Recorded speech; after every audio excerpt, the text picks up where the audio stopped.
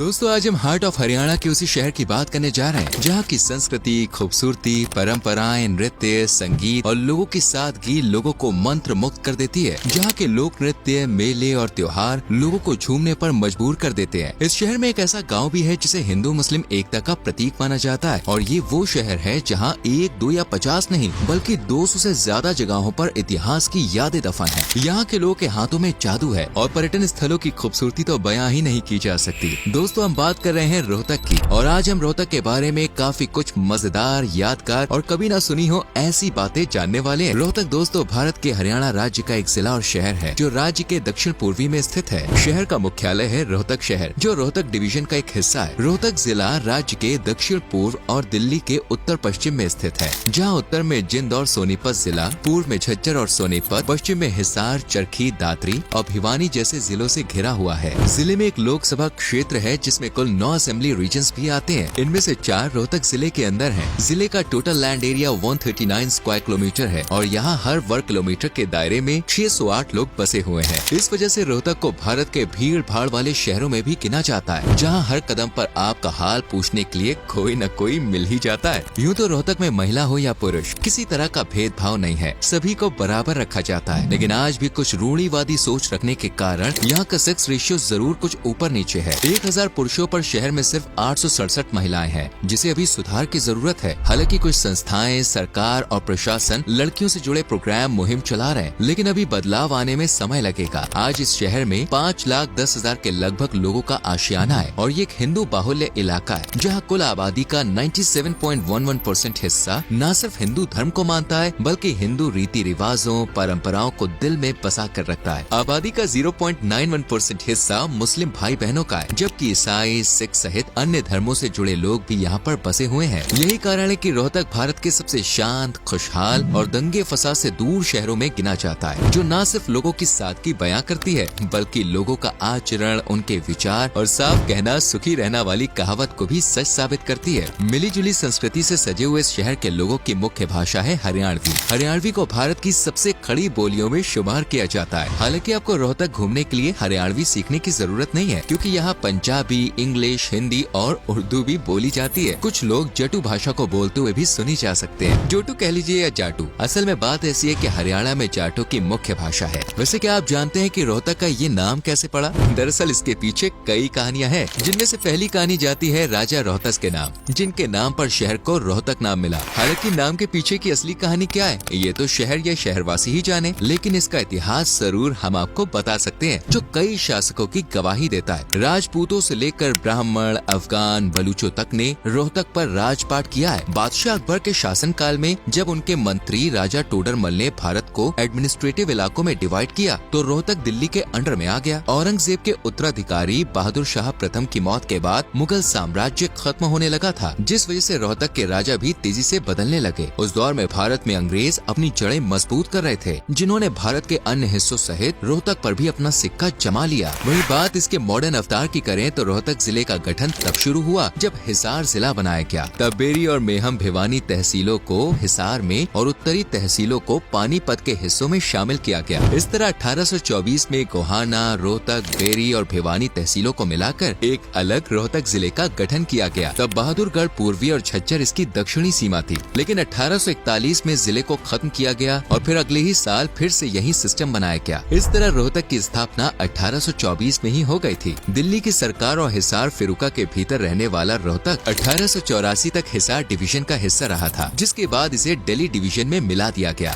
यूँ तो रोहतक ने मॉडर्न संस्कृति और दुनिया के साथ कदम से कदम मिलाना सीख लिया है, लेकिन यहाँ के लोग आज भी अपने प्राचीन योग, ध्यान और वैदिक मंत्रों की संस्कृति को भूले नहीं है, बल्कि उसे साथ साथ लेकर चलते हैं। यही कारण है जो कुछ लोग रोहतक को मॉडर्न और प्राचीन संस्कृति की संगम स्थली कहते हैं। शहर में कई फेमस त्योहार, उत्सव व मेले आयोजित किए जाते हैं, जिनकी धूम हरियाणा की तंग गलियों से निकलती हुई पूरे भारत में सुनाई देती है। यहाँ की लोहड़ी में बजने वाले ढोल, होली में उड़ता गुलाल, गंगापुर में नृत्य और लजीज पकवान, बैसाखी पर खुशियाँ बांटते लोग, निर्जला एकादशी पर महिलाओं की मुस्कान और जन्माष्टमी पर कान्हा जी हर किसी के घर आते हैं। ये तो कुछ भी नहीं, रोहतक में दशहरा और दिवाली जोर शोर से मनाए जाने वाले त्योहार हैं। बात करें मेले की तो यहाँ के मेलों में दिलदारी झलकती है। ऊंचे ऊंचे झूले और आस्था का प्रसाद जब तक ना चख लो रोहतक छोड़ने का मन ही नहीं करता। करता, जिसे लेने दूर दूर से लोग दौड़े चले आते हैं। सभी मेले बड़े उत्साह के साथ मनाए जाते हैं। हम मनाए भी क्यों ना, आखिरकार रोहतक वासी खुश रहना जो जानते हैं। कहते हैं कि लोग तंग हालातों में चेहरा लटका कर बैठे रहते हैं, लेकिन रोहतक एक ऐसा जिला और शहर है जहाँ जेब भले ही खाली हो, लेकिन लोगों के चेहरों से मुस्कान कभी गायब नहीं होती। महिलाएं, पुरुष, बच्चे, बूढ़े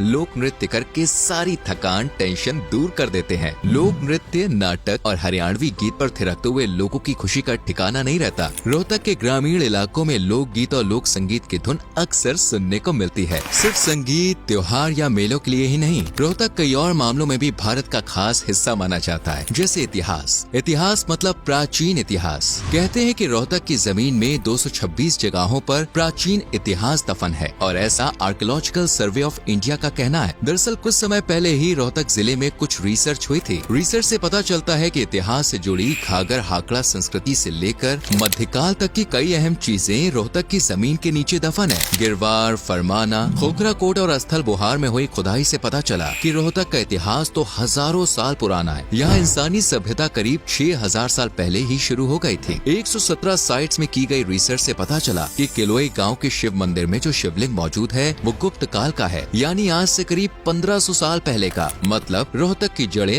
लंबे समय से हैं। आपने फरमाना खास गांव के बारे में सुना है? ये गांव रोहतक के महम क्षेत्र में पड़ता है और इसे भारत में हिंदू मुस्लिम भाईचारे का प्रतीक माना जाता है। फरमाना खास गांव के हिंदू मुस्लिम की मिसाल पूरे रोहतक इवन हरियाणा में दी जाती है, क्योंकि यहाँ दोनों ही समुदाय के लोग एक दूसरे के साथ बिल्कुल सगे परिवारों की तरह रहते हैं। एक दूसरे के त्योहारों में शिरकत करते हैं, एक दूसरे को गले लगाकर मुबारकबाद देते हैं। ईद हो या दिवाली, एक दूसरे के घर जाकर उन्हें बधाई देते हैं। रोहतक दोस्तों जैसे संस्कृति, परंपरा और हिंदू मुस्लिम एकता के मामले में आगे है, वैसे ही ये शहर साक्षरता दर के मामले में भी काफी अच्छा कर रहा है। शहर का लिटरेसी रेट 80 से ऊपर है, जो पिछले सालों के मुकाबले काफी सही है। यहाँ 87.56% पुरुष पढ़े लिखे हैं, तो वहीं महिलाएं भी कुछ पीछे नहीं है। 71.72% महिलाएं स्कूल कॉलेजेस जाकर अपना भविष्य बना रही हैं। रोहतक को भारत के विकसित होते शहरों में गिना जाता है, लेकिन बात इकोनॉमिक सोर्स की करें तो रोहतक की कमाई का मुख्य जरिया है कृषि। एग्रीकल्चर फील्ड से रोहतक की ज्यादातर आबादी के घर का चूल्हा जलता है। जिले में 42.18% ऐसे लोग हैं जो कृषि या एग्रीकल्चर से जुड़ी दूसरी एक्टिविटीज से जुड़े हुए हैं। अगर फसलें ठीक से ना हुई या खेती बाड़ी को किसी तरह का नुकसान हुआ तो रोहतक की आधे के लगभग आबादी सीधी तरह से प्रभावित होगी। गेहूं, चना, गन्ना, बाजरा और दालें यहाँ की मुख्य फसलें हैं, जबकि मिर्च, ज्वार, सब्जियां और चावल भी यहाँ बड़े पैमाने पर उगाए जाते हैं। कृषि के बाद 7.68% हिस्सा यहाँ कॉटेज एंड होम इंडस्ट्रीज में लगा हुआ है, जबकि बाकी अलग अलग सेक्टर्स में काम करके अपना घर चलाते हैं। रोहतक दोस्तों दुनिया की टॉप स्क्रू मैन्युफैक्चरिंग फैसिलिटीज का हब है, जो घरेलू और अंतर्राष्ट्रीय बाजारों में स्क्रू की सप्लाई करता है। शहर का कपड़ा और सोने की ज्वेलरी पूरे हरियाणा में फेमस है। रोहतक के लोग हाथ के कलाकार भी हैं। यहाँ मिट्टी से अलग अलग डिजाइन की चीजें, बर्तन आदि बनाए जाते हैं। कप,